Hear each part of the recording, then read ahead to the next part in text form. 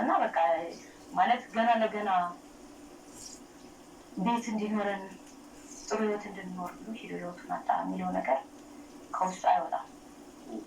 በቃ እንደዛ ነበር የምትለው። ተመለሱ። ጎንደር እንደተመለሱ በቃ እናቴ ምንም ጊዜም አላባከነችም። ወደ አዲስ አበባ ተመለሰች። በቃ ወደዛም ወደዚህ ምናምን የምትልበት እንግዲህ ያን 20 ሺህ ብር ስለሰጣት ነው እንጂ የላትም፣ ምንም ብር የላትም። እናትሽ ለአባትሽ የነበራችሁን ፍቅር እንዴት የምትገልጹ እስኪ የምታውቂው ነገር? እኔ ማለት ሌላ ሰው ጋር አይቼው አላውቅም።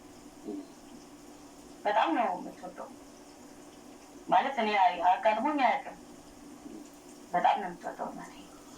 አመት 2 አመት 3 አመት ምናምን አልፈው ጥቁር ልብሷን አታወልቅም። ሁሌ ፀጉሯ ቁርጥ ነው፣ መላጣ ነው። ሁሌ ፀጉሯ ተቆርጣ ነው የምትለው እና እኔ ማለት ያው በአንድ ቃል ግለጩ ምናምን ተብዬ እናቴ ለአባት ያላት ፍቅር መግለጽ አልችልም። ማለት ሰው እንደዚህ ማፍቀር የሚችል አይመስለኝም። አብሽ ይህን ታሪክ ወደ መምህር ተስፋዬ ስታመጣው ምን ያመለክታል? ያላት ፍቅር ይህን ታሪክ በጣም ነው የሚከብደው። ማለት አልገልጸውም። እኔ የመምህር ተስፋዬ ትምህርት የገባው ሰው ቢሆን ይህ ታሪክ በዋነኝነት በህይወት እያለ ነው ሞታ ያስባል። አዎ፣ ግን እሱን ሳይሆን ምልክ በዋነኝነት አይነ ጥላ ህይወታቸው ላይ እየሰራ ይላል ወይ የሷ ወይ የራሱ